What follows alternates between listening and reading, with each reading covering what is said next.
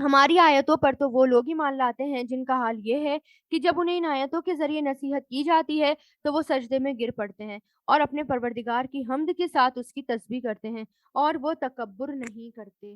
کون؟ فرشتے۔ فرشتوں فرشتے جو ہیں ہر وقت اللہ تعالیٰ کی حمد اور ثنا کرتے ہیں، نہ سوتے ہیں نہ کھاتے پیتے ہیں، ہر وقت اللہ تعالیٰ کی تسبیح میں لگے رہتے ہیں۔ ان کے پہلو رات کے وقت اپنے بستروں سے جدا ہوتے ہیں، وہ اپنے پروردگار کو ڈر اور امید کے جذبات کے ساتھ پکار رہے ہوتے ہیں۔ اور ہم نے اب انسانوں میں سے کن کن لوگوں کی تعریف ہو رہی ہے یہاں پر خاص طور سے؟ ایک تو ان لوگوں کی تعریف ہو رہی ہے ایمان والوں کی جب جب اللہ تعالیٰ کی آیتیں پڑھی جا رہی ہوں تو فوراً سجدے میں گر جائیں، ان لوگوں کی یہاں پر تعریف ہو رہی ہے، اور وہ اپنے پروردگار کی حمد اور ثنا کرتے ہیں، ٹھیک ہے۔ اور یہ صفت کس میں بھی پائی جاتی ہے؟ فرشتوں میں، کہ ہر وقت تکبر نہیں کرتے کبھی۔ تو اللہ کے بندے بھی کون ہوتے ہیں جن کی تعریف کی جا رہی ہے؟ جو کبھی بھی تکبر نہیں کرتے، اور ان کے پہلو رات کے وقت اپنے بستروں سے جدا ہوتے ہیں۔ یہاں پر کن لوگوں کی بات بتائی جا رہی ہے؟ جو تہجد میں اٹھتے ہیں، ایسے مومنوں کی بات بتائی جا رہی ہے جو اللہ تعالیٰ کی خاطر اپنی لذت، اپنی نیند، اپنے سب کچھ چھوڑ دیتے ہیں، قربان کر دیتے ہیں، اور وہ اپنے پروردگار کو ڈر اور امید کے ساتھ ملے جلے جذبات کے ساتھ پکار رہے ہوتے ہیں، ہے نا؟ ڈر بھی ہوتا ہے کہ پتہ نہیں قبول ہوگا یا نہیں، امید بھی ہوتی ہے کہ نہیں قبول ہوگا، اور ہم نے ان کو جو رزق دیا اس میں سے نیکی کے کاموں میں خرچ کرتے ہیں۔ یہ صفت بتائی جا رہی ہے کس کی؟ مومن لوگوں کی، نیک لوگوں کی۔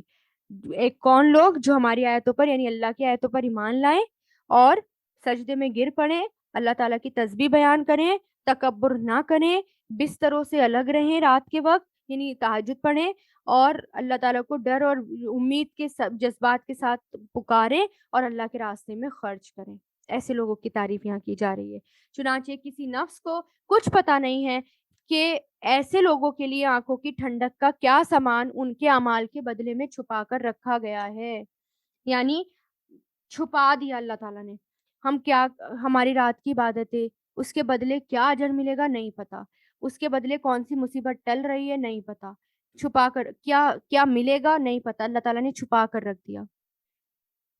بھلا بتاؤ، جو شخص مومن ہو تو کیا وہ اس شخص کے برابر ہے جو فاسق ہے یعنی گنہگار ہے؟ کیا دونوں ایکول ہیں؟ ظاہر ہے کہ وہ برابر نہیں ہیں۔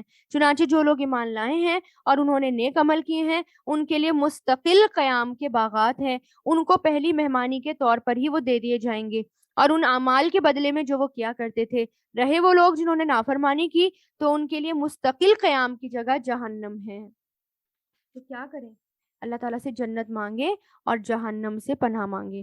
اعوذ اللہم انی اسألوک جنت الفردوس و اعوذ بک من النار۔ جب بھی وہ اس سے نکلنا چاہیں گے، کس سے؟ جہنم سے، تو انہیں وہیں واپس لوٹا دیا جائے گا اور ان سے کہا جائے گا آگ کے جس عذاب کو تم نے جھٹلایا تھا اس کا مزہ چکھو، اور اس بڑے عذاب سے پہلے بھی ہم انہیں کم درجے کے عذاب کا مزہ ضرور چکھائیں گے، شاید یہ باز آ جائیں۔ اور اس سے بڑا ظالم کون ہوگا جس کو اپنے پروردگار کی آیتوں کے ذریعے نصیحت کی گئی ہو تو اس نے ان سے منہ موڑ لیا ہو۔ ہم یقیناً ایسے مجرموں سے بدلہ لے کر رہیں گے، اور حقیقت یہ ہے کہ ہم نے موسیٰ علیہ السلام کو کتاب دی تھی، لہٰذا اے پیغمبر تم اس سے ملنے کے بارے میں کسی شک میں نہ رہو، اور ہم نے اس کتاب کو بنی اسرائیل کے لیے ہدایت بنایا تھا، اور ہم نے ان میں سے کچھ لوگوں کو جب انہوں نے صبر کیا ایسا پیشوا بنا دیا جو ہمارے حکم سے لوگوں کی رہنمائی کرتے تھے اور ہماری آیتوں پر یقین رکھتے تھے۔ یقیناً تمہارا پروردگار ہی قیامت کے دن ان کے درمیان ان باتوں کا فیصلہ کرے گا جن میں وہ اختلاف کرتے تھے۔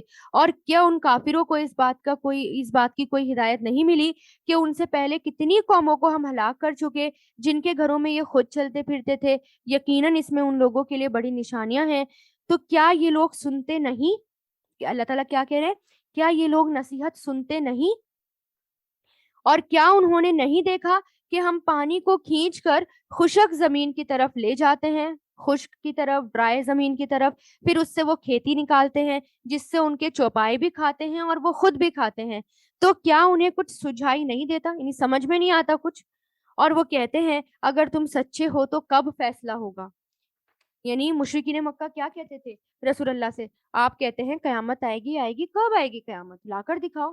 کہہ دو جس دن فیصلہ ہوگا، یعنی جس دن قیامت آئے گی، اس دن کافروں کو ان کا ایمان لانا کچھ فائدہ نہیں دے گا، نہ انہیں کوئی مہلت دی جائے گی۔ لہٰذا اے پیغمبر تم ان لوگوں کی پرواہ نہ کرو اور انتظار کرو، یہ بھی انتظار کر رہے ہیں۔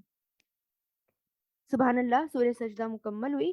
سورہ احزاب، احزاب کہتے ہیں گروپ کو، گروہ کو، اور ایک جنگ بھی ہوئی تھی احزاب کے نام سے۔ تو اس میں جو ہے، اس میں پہلا تو جنگ احزاب کا بھی ذکر ہے، جو اور یعنی اس کے تھوڑا سا مختصر سا اس کا، جس کے اندر، جس کو جنگ خندق بھی کہتے ہیں، جس میں حضرت سلمان فارسی کے مشورے پر خندق کھودی گئی تھی۔ اس میں ہوا کیا تھا اس جنگ میں کہ مدینہ میں جب مسلمان چلے گئے تھے تو اب دشمنوں کی تعداد بڑھ گئی تھی، چاروں طرف سے دشمنوں نے گھیر رکھا تھا، تو پھر اب وہ چڑھائی کرنے کے لیے مسلمانوں پر آ رہے تھے۔ اب کیا ہوا کہ اچھا، اب مدینہ کے اندر خود یہودی بھی موجود تھے، منافقین بھی موجود تھے، اندر بھی سچویشن خراب، باہر بھی سچویشن خراب۔ تو باہر والوں سے لڑنے کے لیے کیا کیا گیا، ایک خندق کھودی گئی، ایک کھائی کھودی گئی، جس کو خندق کہا گیا، اس کو جنگ خندق بھی کہتے ہیں۔ اور اسی پر سورہ احزاب، کیونکہ اس میں اسی جنگ کے نام پر یہ سورہ کا نام رکھا گیا، کیونکہ اس کے اندر بہت سارے گروپس شامل ہو گئے تھے نا مسلمانوں کے خلاف، بہت سی طاقتیں، بالکل ایسا لگتا تھا ٹھاٹا مارتا ہوا لشکر چڑھائی کرنے آ رہا ہے۔ تو خندق کھودی گئی، اور پھر اس طرح مسلمان جو ہے 1 مہینے تک لگاتار اس جنگ میں آس پاس سے تیر اندازی ہوتی رہی، کھانا پینا بھی ختم ہو گیا، مسلمانوں کو فاقے بھی کرنے پڑے، بہت سخت آزمائش تھی، سخت سردی کا موسم تھا، مسلمانوں کے لیے بہت سخت آزمائش تھی، لیکن ایٹ دا اینڈ اللہ تعالیٰ نے وہاں بھی فرشتے بھیج کر مدد کی۔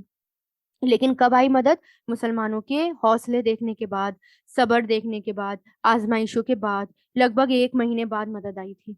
اور پھر اندر کچھ یہودی بھی تھے، یعنی ان سے کانٹریکٹ ہوا تھا، جو کہ قریظہ کے یہودی تھے، ان کا ایک قبیلہ تھا بنو قریظہ۔ اب ان سے بھی ایک کانٹریکٹ کیا ہوا تھا کہ تم جو ہے مسلمانوں کے خلاف اگر کوئی بھی طاقتیں آئیں گی تو تم ان کا ساتھ نہیں دو گے کبھی بھی، اگر یہ شرط مانتے ہو تو مدینہ میں رکو، ادروائز مت رکو، یہاں سے جاؤ۔ تو انہوں نے کانٹریکٹ کر رکھا تھا ہم کسی بھی باہری طاقتوں کا ساتھ نہیں دیں گے آپ کے خلاف۔ لیکن اسی دوران کیا ہوا، انہوں نے بھی جو ہے پیچھے سے چھرا کھوپ دیا مسلمانوں میں، یعنی کیا، انہوں نے بھی اندر سے پلاننگ کرنا شروع کر دی، کانٹریکٹ توڑنا شروع کر دیا، یعنی بہت ٹف سچویشن تھی مسلمانوں کے لیے، باہر بھی لڑ رہے تھے اور اندر لڑے کیسے لڑے۔ تو پھر خیر اللہ تعالیٰ نے جو ہے اس سچویشن کو سنبھالا۔ یہ ایسا تھا بالکل ان کا جیسے پیٹھ میں خنجر کھوپنا، کہ رسول اللہ بالکل پریشان، ایک ٹائم ایسا آیا تھا جب رسول اللہ کو پتا چلا نا کہ انہوں نے بغاوت کر دی قریظہ کے یہودیوں نے، تو رسول اللہ کے پیروں تلے زمین کھسک گئی کہ کیا ہوگا، کیونکہ سب تو مسلمان یہاں پر ہیں، اندر وہاں کون بچائے گا، عورتیں ہیں، بچے ہیں، ان کے ساتھ کیا ہوگا۔ بہرحال اللہ تعالیٰ نے مدد کری، اور پھر رسول اللہ کا جو حضرت زینب سے نکاح ہوا تھا اس کا بھی اس میں ذکر ہے، اور پھر منہ بولا بیٹا جو نہیں بنانا ہوتا اس کا بھی ذکر ہے۔ تو دیکھتے ہیں اس میں، شروع اللہ کے نام سے جو سب پر مہربان، بہت مہربان ہے۔ اے نبی اللہ سے ڈرتے رہو اور کافر اور منافقوں کا کہنا مت مانو، بے شک اللہ بہت علم والا، بڑا حکمت والا ہے۔ کس کا کہنا ماننے کو منع کیا گیا، کس کے پیچھے نہیں چلنا؟ کافر اور منافق، ان سے دور رہنے کو کہا گیا۔ اور تمہارے پروردگار کی طرف سے تم پر جو وحی بھیجی جا رہی ہے اس کی پیروی کرو، تم جو کچھ کرتے ہو اللہ یقینی طور پر اس سے پوری طرح باخبر ہے، اور اللہ پر بھروسہ رکھو اور کام بنانے کے لیے اللہ کافی ہے۔ اللہ نے کسی بھی شخص کے سینے میں 2 دل پیدا نہیں کیے، یعنی منافقت اور ایمان، ایمان اور کفر ایک ساتھ نہیں رہ سکتے۔ اور تم اپنے جن بیویوں کو ماں کی پشت سے تشبیہ دیتے ہو ان کو تمہاری مائیں نہیں بنایا، نہ تمہارے منہ بولے بیٹوں کو تمہارا حقیقی بیٹا قرار دیا۔ یہ تو باتیں ہی باتیں ہیں جو تم نے اپنے منہ سے تم کہہ دیتے ہو، اللہ وہی کہتا ہے جو حق ہو اور وہی سیدھا راستہ ہے۔ ٹھیک ہے، اور تم ان منہ بولے بیٹوں کو ان کے اپنے باپوں کے ناموں سے پکارو۔ یہاں پر دیکھیں آیتوں پر ذرا غور کریں، چاہے تو آپ انڈر لائن کر لیں لوگوں کو دلیل دکھانے کے لیے۔ تم اپنے منہ بولے بیٹوں کو ان کے اپنے باپوں کے نام سے پکارا کرو، یہی طریقہ اللہ کے نزدیک پورے انصاف کا ہے۔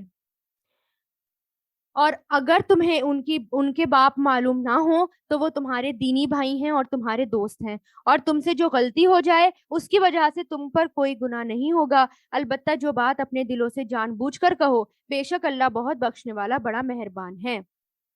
اس آیت میں ایک تو اڈاپشن کا جو سسٹم ہے وہی اڈاپٹ ہی نہیں کرنا چاہیے، اور اگر اڈاپٹ کر بھی لیا، ایک تو یہ ہوتا ہے کہ چلے اگر ہم نے اڈاپٹ کر بھی لیا، کسی بیٹے کو اڈاپٹ کر لیا تو وہ جو ہے بڑے ہو کے ماں کے لیے نامحرم بن جائے گا، بیٹی کو اڈاپٹ کیا تو باپ سے پردہ ہو جائے گا بڑا ہو کے، ہے نا؟ تو یہ بڑا کمپلیکیٹڈ سسٹم ہے۔ اور اگر کسی ایسے کو اڈاپٹ کرنا بھی چاہتے ہیں جس میں دونوں کا پردہ نہ ہو، جیسے مان لیں قریبی رشتے داری ہوتے ہیں، بھتیجیاں ہوتی ہیں یا بھائی کے بچے ہوتے ہیں، اگر کسی کو قریب کو اڈاپٹ کرنا ہی ہے تو پھر ان کا نام نہیں بدلا جائے گا، ہے نا؟ نام بدلنا سخت گناہ ہے۔ آپ صلی اللہ علیہ وسلم نے فرمایا جو شخص جانتے ہوئے اپنے باپ کے سوا کسی دوسرے طرف اپنے باپ کو منسوب کر دے تو اس پر جنت حرام ہو جاتی ہے۔ تو یہ بہت باریک مسئلہ ہے، اس پر دھیان دینا چاہیے کہ اگر اڈاپٹ کر رہے ہیں تو بچے کا نام نہیں بدلا جائے گا، بچے کو اسی باپ کے نام سے ہی پکارا جائے گا جو اس کا اصلی باپ ہے۔ ٹھیک ہے؟ تو اللہ تعالیٰ نے یہاں کیا کہہ دیا، ایک تو اللہ تعالیٰ نے تمہارے حقیقی بیٹے کو ہی اپنا بیٹا بنایا ہے، جو سچ میں بیٹے ہوتے ہیں وہی ہوتے ہیں، باقی اگر کوئی منہ بولا بیٹا نہیں ہوتا، کیونکہ رسول اللہ نے حضرت زید کو اڈاپٹ کر رکھا، مطلب ان کو کہا تھا کہ یہ میرے منہ بولے بیٹے ہیں، تو سب نے ان کو کیا کہنا شروع کر دیا تھا کہ زید بن محمد، لیکن پھر جب یہ آیت نازل ہوئی تو واپس سے وہ زید بن حارثہ ہو گئے، ان کو ان کے باپ کے نام سے پکارا جانے لگا۔ اے ایمان والوں کے لیے یہ نبی ان کی اپنی جانوں سے بھی زیادہ قریب تر ہیں، اور ان کی بیویاں اور ان کی مائیں، یعنی ایمان والوں کے لیے سب سے زیادہ اہم کون ہے اب؟ رسول اللہ، اور پھر اس کے بعد ان کی بیویاں، پھر ان کی بیویاں کون ہو گئی؟ ان کی مائیں، امہات المومنین جن کو کہا جاتا ہے۔ اور اس کے باوجود اللہ کی کتاب کے مطابق پیٹ کے رشتہ دار اور دوسرے مومن اور مہاجرین کے مقابلے میں ایک دوسرے کی میراث میں زیادہ حق رکھنے والے ہیں، سوائے یہ کہ تم اپنے دوستوں کے ساتھ کوئی نیکی کر لو۔ یہ بات کتاب میں لکھی ہوئی ہے، مطلب کیا کہ جب آپس میں بھائی چارے کا رشتہ قائم کیا تھا نا رسول اللہ نے، جب ہجرت ہو گئی تھی، مسلمان جو ہیں وہ مدینہ چلے گئے تھے، آپس میں بھائی چارے کا، پراپرٹی میں بھی ان کو حصہ ملنے لگا۔ اب جب حالات صحیح ہو گئے، سچویشن صحیح ہو گئی، تو اب کیا کہا گیا، اب دوستوں کو نہیں ملے گا، آپس میں بھائی چارے والا رشتہ اب قائم نہیں ہوگا، پراپرٹی میں جو حصہ ہوگا وہ انہیں کو ہوگا جو پیٹ کے رشتے دار ہیں، یعنی جو آپس میں جو رشتے داریاں ہیں، جو سگی رشتے داریاں ہیں، ان کا پراپرٹی میں حصہ ہوتا ہے، جو کہ سورہ نساء میں آ گیا۔ ہاں، دوستوں کو کچھ دینا ہے میراث میں سے تو وہ دے سکتے ہیں، بھلائی کا معاملہ کرنا ہے تو کر سکتے ہیں، یعنی جیسے 1/3 کر دیتے ہیں کسی کو وصیت تو وہ کر سکتے ہیں، یعنی 1/3 مال میں سے، اس کے زیادہ نہیں۔ اے پیغمبر وہ بات یاد کرو جب ہم نے تمام نبیوں سے عہد لیا تھا، اور تم سے بھی، اور نوح اور ابراہیم اور موسیٰ اور عیسیٰ ابن مریم سے بھی، اور ہم نے ان سے نہایت پکا وعدہ لیا تھا تاکہ اللہ سچے لوگوں سے ان کی سچائی کے بارے میں پوچھے، اور اس نے کافروں کے لیے ایک دردناک عذاب تیار کر رکھا ہے۔ یعنی ہر کسی سے اللہ تعالیٰ نے وعدہ لیا تھا، جیسے ہم سے بھی عہد الست میں اللہ تعالیٰ نے ہم سے وعدہ لے رکھا ہے نا کہ اللہ تعالیٰ کے ساتھ کسی کو شریک نہیں ٹھہرائیں گے، ایسے ہی انبیاء سے بھی وعدہ ہوا تھا جو کہ گزر چکا سورہ آل عمران میں، کہ جب بھی تمہارے سامنے کوئی نبی آئے گا تو تم اس پرانے نبی کی پیروی کرو گے یا ان کی مدد کرو گے، سپورٹ کرو گے ان کو۔ اور اے ایمان والو یاد کرو اللہ نے اس وقت پر تم پر کیسا انعام کیا تھا جب تم پر بہت سے لشکر چڑھائے تھے، اور پھر ہم نے ان پر ایک آندھی بھیجی اور ایسے لشکر بھی جو تمہیں نظر نہیں آتے تھے، اور تم جو کچھ کر رہے تھے اسے اللہ دیکھ رہا تھا۔ یعنی اب جنگ احزاب کا واقعہ شروع ہوا تھا، جب سب نے مل کر، سارے یہودیوں نے، مشرکین نے، سارے قبیلوں نے مل کر مسلمانوں کے خلاف چڑھائی کر دی تھی، تو پھر رسول اللہ نے کہا کہ اتنا بڑا لشکر جرار، اس کا کیسے سامنا کیا جائے، مشورہ کیا۔ تو حضرت سلمان فارسی نے مشورہ دیا کہ مدینہ کے ایک سائڈ شمال میں جہاں سے وہ لوگ حملہ کریں گے، ایک ہم بہت گہری خندق، کھائی، ٹرینچ کھود دیتے ہیں تاکہ وہ شہر تک نہ پہنچے۔ پھر سارے صحاباؤں نے بڑی محنت اٹھا کر صرف 6 دن میں یہ خندق کھودی، اور 3.5 میل لمبی اور 5 گز گہری تھی۔ یہ جنگ پچھلی تمام جنگوں کے مقابلے میں مسلمانوں کے لیے زیادہ سخت تھی۔ ایک تو دشمن کی تعداد 4 گنا سے بھی زیادہ تھی، اور اس پر یہ بھی کہ بنو قریظہ کے جو یہودی تھے، جو اندر تھے، جو بغل میں بیٹھے تھے، انہوں نے بھی بغاوت کر دی تھی، اپنا عہد توڑ دیا تھا۔ سخت سرمدی کا موسم تھا، اتنی لمبی خندق کھودتے رہے، سارے دن اور رات مصروف رہے، سامان کھانے پینے کا وہ بھی کم پڑ گیا۔ پھر دشمن نے خندق کے دوسری طرف پڑاؤ ڈال دیا، یعنی دشمن حیران تو ہو گئے تھے، یہ کیا کیا مسلمانوں نے، ہم نے تو سوچا بھی نہیں تھا، لیکن وہ پلٹ کر نہیں گئے، وہیں پڑاؤ ڈال دیا۔ آمنے سامنے سے تیر اور پتھر کے لگاتار 1 مہینے تک یہ چلتے رہے، آمنے سامنے سے تیر اور پتھر، دن رات پہرا دے دے کر مسلمان تھکن سے نڈھال ہو چکے تھے۔ کڑی آزمائش تھی۔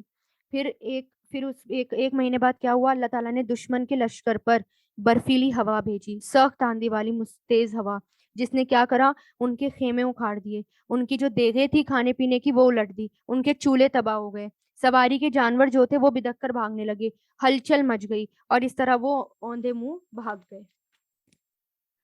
تو یہاں پر اللہ تعالیٰ کہہ رہے ہیں کہ دیکھو میں نے اس وقت بھی احسان کیا تھا، یاد کرو جب وہ تم پر تمہارے اوپر سے بھی چڑھائے تھے، تمہارے نیچے سے بھی، اور جب آنکھیں پتھرا گئی تھی اور کلیجہ منہ کو آ گیا تھا، اور تم اللہ کے بارے میں طرح طرح کی باتیں کرنے لگے تھے، کچھ کم ایمان والے جو نئے نئے مسلمان تھے وہ بھی، اور منافقین بھی طرح طرح کی باتیں کرنے لگے۔ اس موقع پر ایمان والوں کی بڑی آزمائش ہوئی، انہیں ایک سخت بھونچال میں ڈال کر ہلا ڈالا گیا۔ یاد کرو جب منافق اور جن لوگوں کے دلوں میں روگ ہے وہ کہہ رہے تھے اللہ اور اس کے رسول نے ہم سے جو وعدہ کیا ہے وہ دھوکے کے سوا کچھ نہیں۔ منافق کیا کہہ رہے تھے، اللہ تعالیٰ کی مدد آتی ہے رسول اللہ کے ساتھ، تو کوئی مدد نہیں آئی، یعنی اس طرح کی باتیں کر رہے تھے۔ اور جب انہی میں سے کچھ لوگوں نے کہا تھا یثرب کے لوگوں تمہارے لیے یہاں ٹھہرنے کا کوئی موقع نہیں، بس واپس لوٹ جاؤ، یہ بات بہت بڑی تھی۔ یثرب کے لوگوں کہا، جبکہ جب رسول اللہ چلے گئے تھے تو وہ مدینہ کہا جانے لگا، پہلے یثرب کہا جاتا تھا، لیکن جب منافق تھے نا ان کی منافقت باہر آئی، منافق کیا بولے، یثرب کے لوگوں جاؤ۔ اس سے پتہ چل گیا، جب انہوں نے یہ ورڈ بولا نا یثرب، تو پتہ چل گیا کون کون منافق تھا، کیونکہ منافق ہی پھر بولتے تھے، باقی تو مدینہ المنورہ بولتے تھے اس کو، نبی کا شہر بولتے تھے۔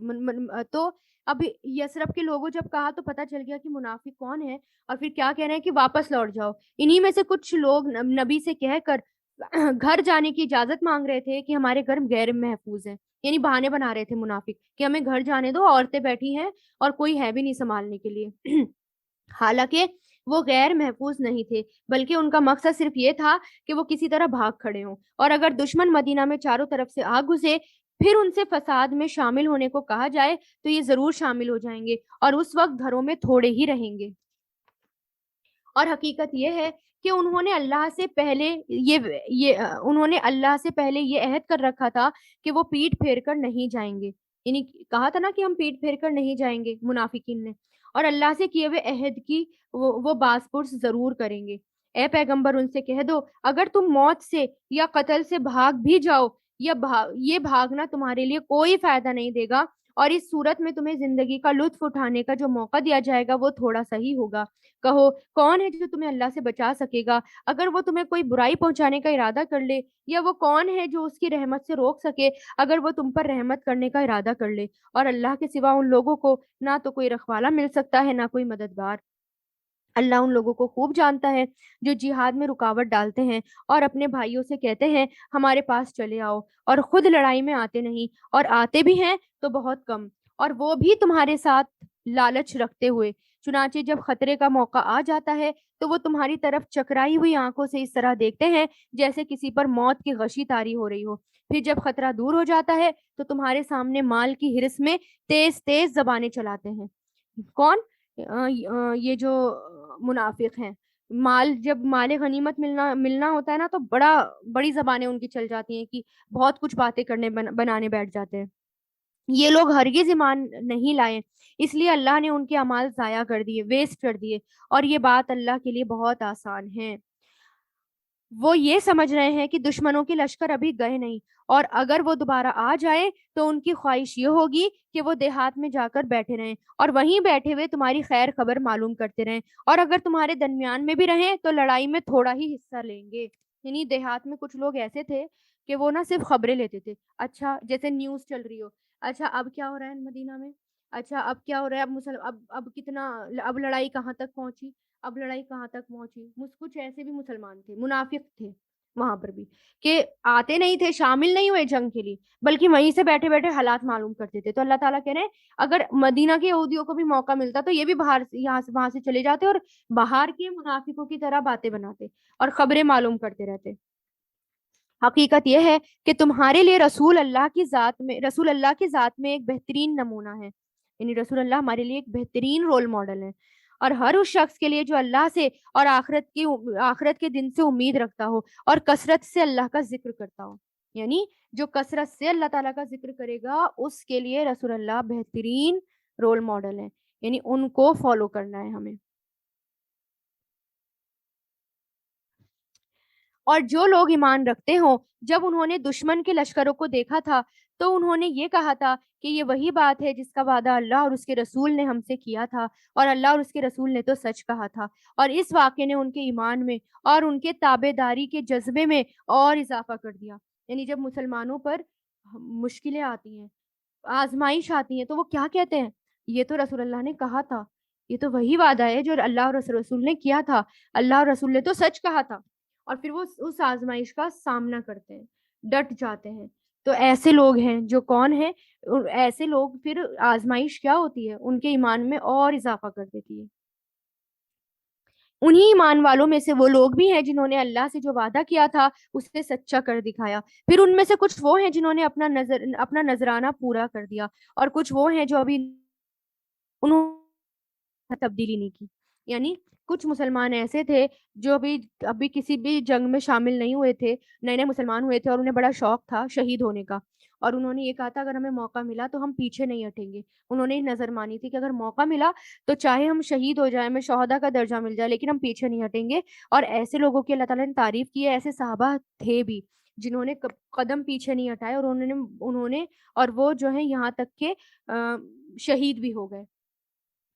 اور کچھ وہ تھے جو شہید نہیں ہوئے تھے. یہ واقعہ اس لیے ہوا تاکہ اللہ سچوں کو ان کی سچائی کا انعام دے، اور منافقوں کو اگر چاہے تو عذاب دے، اگر چاہے تو ان کی توبہ قبول کر لے. یعنی اگر وہ سچے دل سے منافق توبہ کریں گے تو اللہ تعالیٰ قبول بھی کر لیں گے. اللہ یقیناً بہت بخشنے والا، بڑا مہربان ہے. اور جو لوگ کافر تھے اللہ نے انہیں ان کے سارے غیظ اور غضب کے ساتھ اس طرح پسپا کر دیا کہ وہ کوئی فائدہ حاصل نہ کر سکے. یعنی ہار گئی تھی نا وہ طاقتیں. اور مومنوں کی طرف سے لڑائی کے لیے اللہ خود ہی کافی ہو گیا، اور اللہ بڑی قوت کا اور بڑے اقتدار کا مالک ہے. اور جن اہل کتاب نے ان دشمنوں کی مدد کی تھی انہیں اللہ ان کے قلعوں سے نیچے اتار لایا، اور ان کے دلوں میں ایسا روب ڈال دیا کہ اے مسلمانوں، ان میں سے کچھ کو تم قتل کر رہے تھے اور کچھ کو قیدی بنا رہے تھے، اور اللہ نے تمہیں ان کی زمین کا، ان کے گھروں کا، ان کی دولت کا وارث بنا دیا، اور ایسی زمین میں بھی جس تک ابھی تمہارے قدم نہیں پہنچے. اور اللہ ہر چیز پر قدرت رکھنے والا ہے. یعنی اللہ تعالیٰ نے پھر، یعنی اس سے مراد خیبر کی زمین ہے. خیبر جو ہے وہیں پاس کا علاقہ تھا. خیبر میں یہودی بہت بڑی تعداد میں رہتے تھے، وہیں سے مسلمانوں کے خلاف وہ سازشیں کر رہے تھے. اس موقع پر مسلمانوں کو خوشخبری دی گئی کہ اللہ تعالیٰ تمہیں ایک تو یہاں پر جتوائے گا، یہ جنگ بھی تم جیتو گے، اور پھر خیبر بھی تمہیں ملے گا.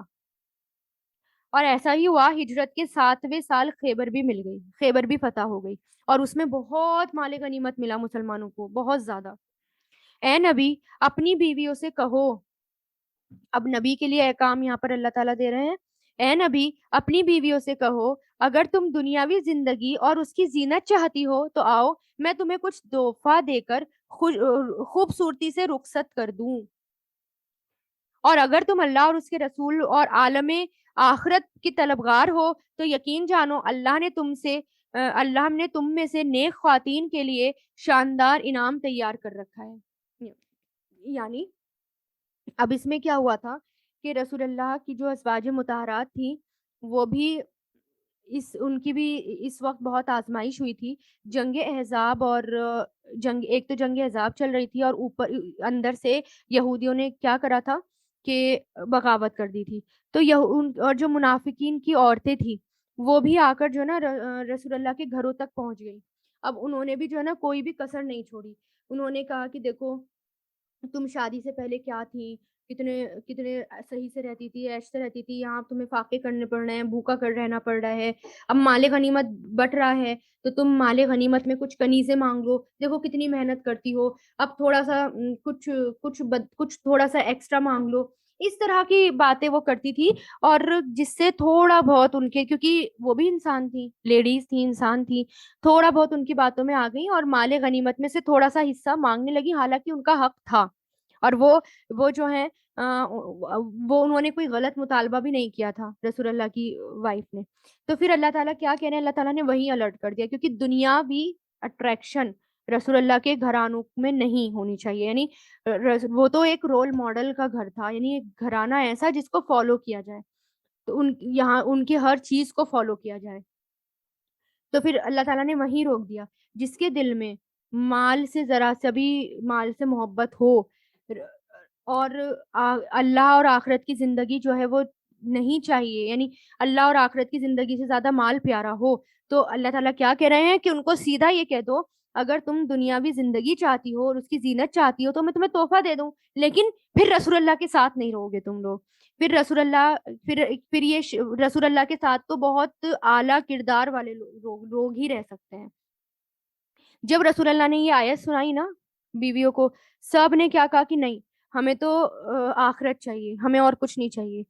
تو ان سب نے پھر جو وسوسے آ رہے تھے، جو وسوسے منافقین کی عورتیں ڈال رہی تھی، وہ ایک دم دور ہو گئے، ایک دم جھڑک دیے.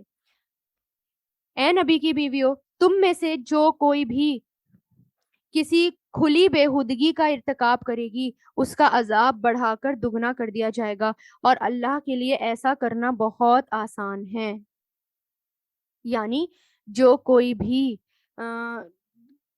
دنیا چاہنے کی، جن کے دل میں دنیا کی ہرس ہوگی، تو کیا ہوگا، تو یا کوئی بےہودگی کریں گی یا کوئی کھلی بے حیائی کریں گی، تو ان کے لیے دگنا عذاب ہے. اگر دنیا چاہیں گی تو دنیا مل جائے گی، اور اگر غلط کام کیے تو دگنا عذاب. جیسے کہ اجر بھی زیادہ ہوتا ہے نا، عام لوگوں کے مقابلے میں اجر بھی ان لوگوں کا زیادہ ہوتا ہے، کیونکہ آزمائشیں زیادہ ہوتی ہیں.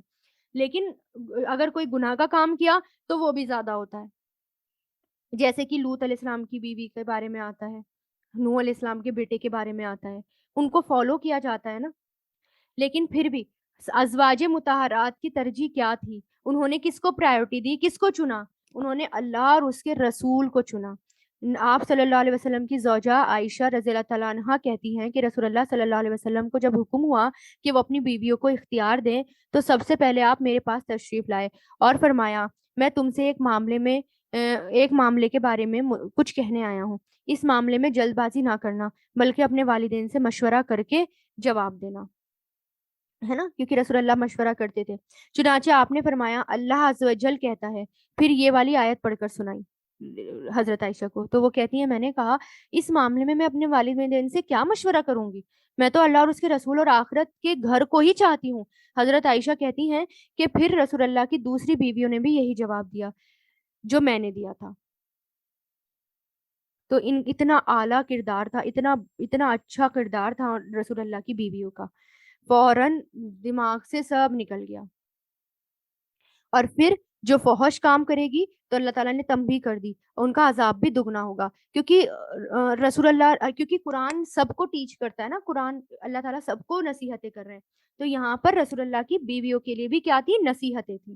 حالانکہ ان کا کردار بہت بڑا تھا، حالانکہ وہ خود بہت اعلیٰ درجے کی تھی، پھر بھی اللہ تعالیٰ ان کو نصیحت کر رہے ہیں یہاں پر.